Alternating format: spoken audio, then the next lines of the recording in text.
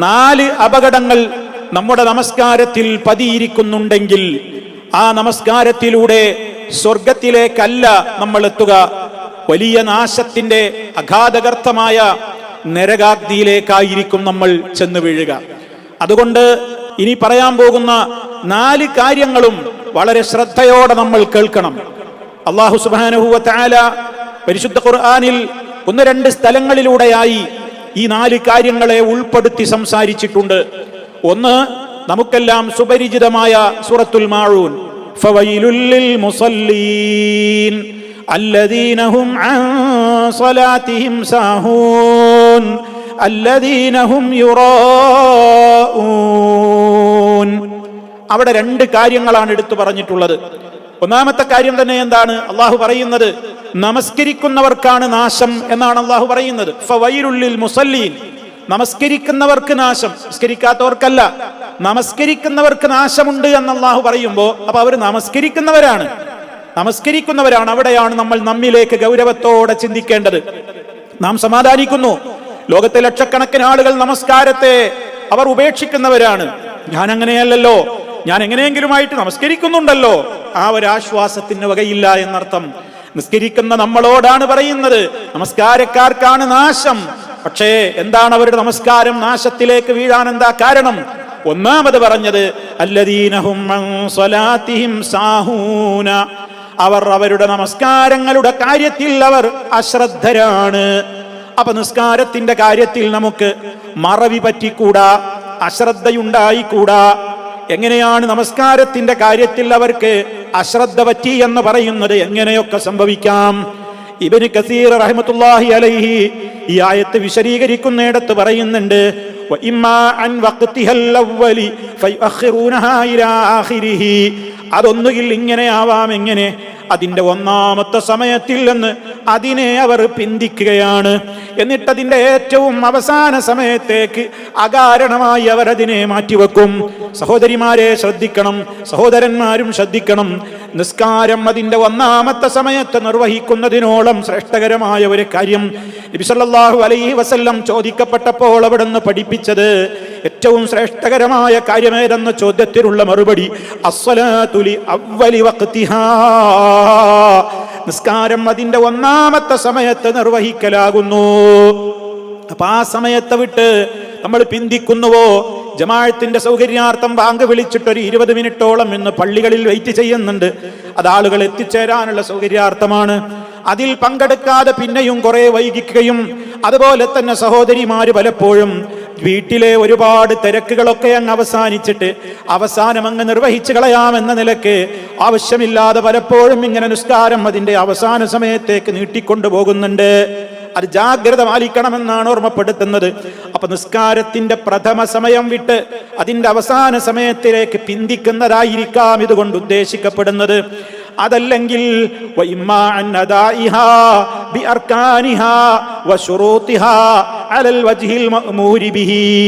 രണ്ടാമത് ഇങ്ങനെയുമാകാം, നിസ്കാരം നിർവഹിക്കുന്നുണ്ട്, പക്ഷേ അവനത് നിർവഹിക്കുമ്പോൾ അതിന്റെ റുക്നുകൾ ശ്രദ്ധിക്കുന്നില്ല.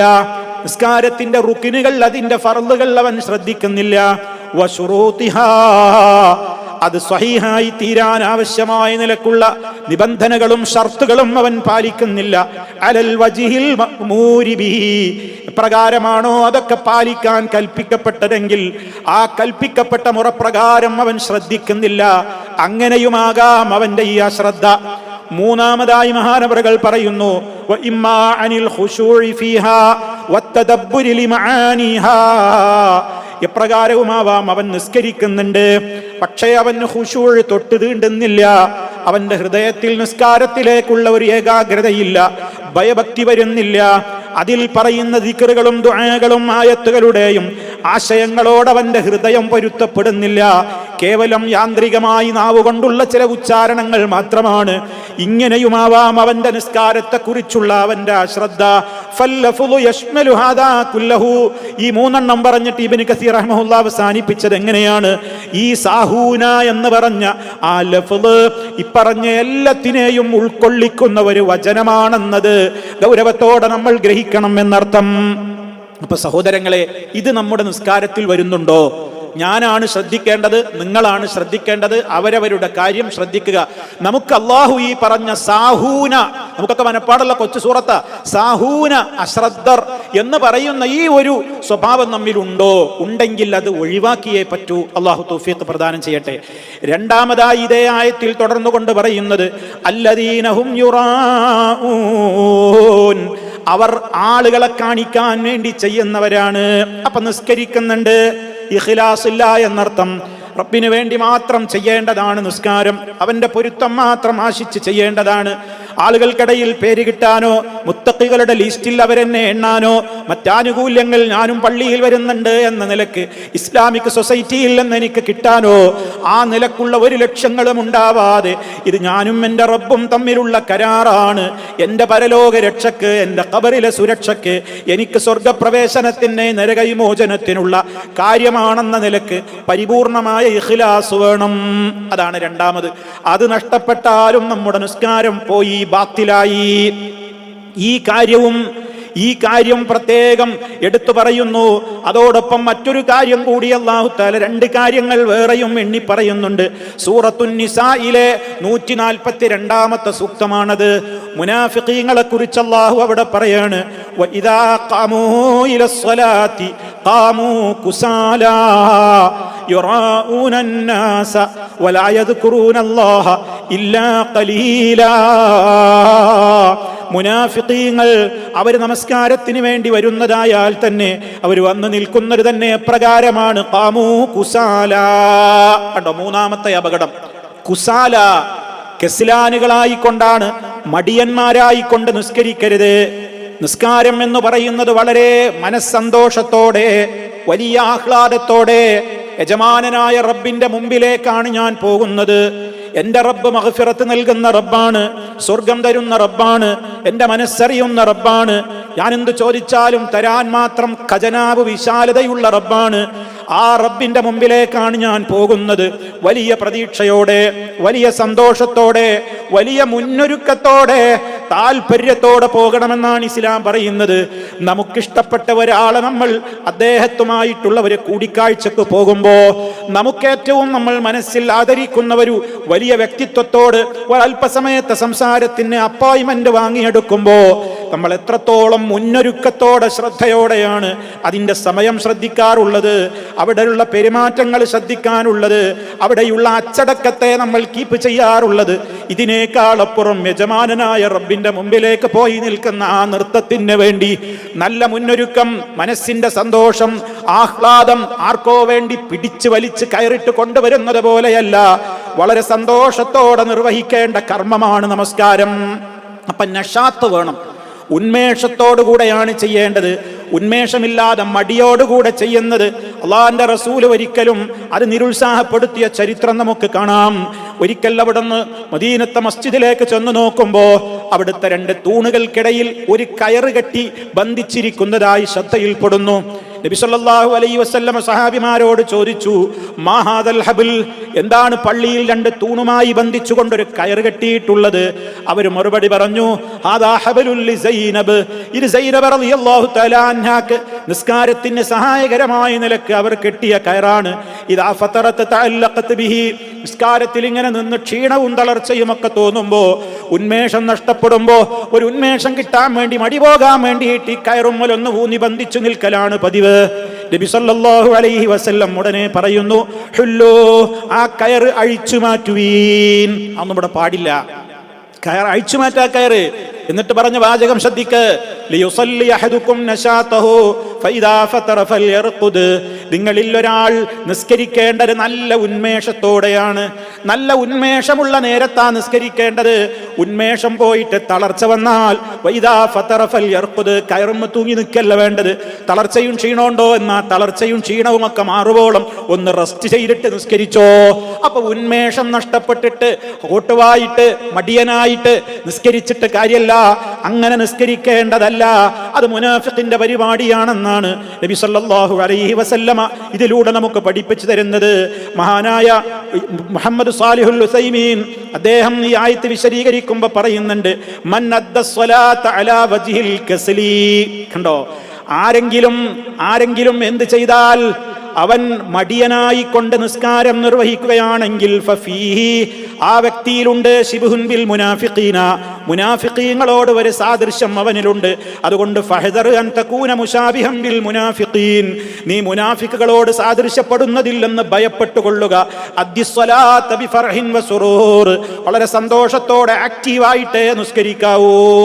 കണ്ടോ, നബി സല്ലല്ലാഹു അലൈഹി വസല്ലം പറയാണ്, ആയിഷ ബീവി റിപ്പോർട്ട് ചെയ്യുന്നുണ്ട്, ഉന്മേഷം പോകുന്നതിന്റെ ഉദാഹരണമാ പറയുന്നത്. നമ്മളൊക്കെ വളരെ ശ്രദ്ധിക്കണം. ഇദാ നഅസാഹദുക്കും വഹുവ യുസല്ലി, നിങ്ങളിൽ ഒരാൾ നിസ്കരിക്കുമ്പോൾ അവന് ഉറക്കം തൂങ്ങുന്നുണ്ടെങ്കിൽ, ഉറക്കം തൂങ്ങി നിസ്കരിക്കരുത്. നമ്മളൊക്കെ എത്ര തവണയാ ചെയ്യാറ്? ഉറക്കം തൂങ്ങി നിസ്കരിക്കുന്നവരോട് പറയാണ്, ഫൽയർഖുദ്, വേഗം പോയി ഉറങ്ങുകയാണ് നീ വേണ്ടത്. ഹത്താ യദ്ഹബ അൻഹു നൗം, അവന്റെ ഉറക്കം പോകുവോളം അവനൊന്ന് ഉറങ്ങട്ടെ, റെസ്റ്റ് എടുക്കട്ടെ. ഫഇന്നഹു ഇദാ സല്ലാ, എന്താ കാരണം? വഹുവ നായിസുൻ, തൂങ്ങി ഉറങ്ങുന്നവനായി നിലക്കൊരുത്തം നിസ്കരിക്കുകയാണെങ്കിൽ, ലാ യദ്രി, അവൻ അറിയാമോ അതിന്റെ അപകടം? അവന് ചിലപ്പോൾ മനസ്സിലാകൂല.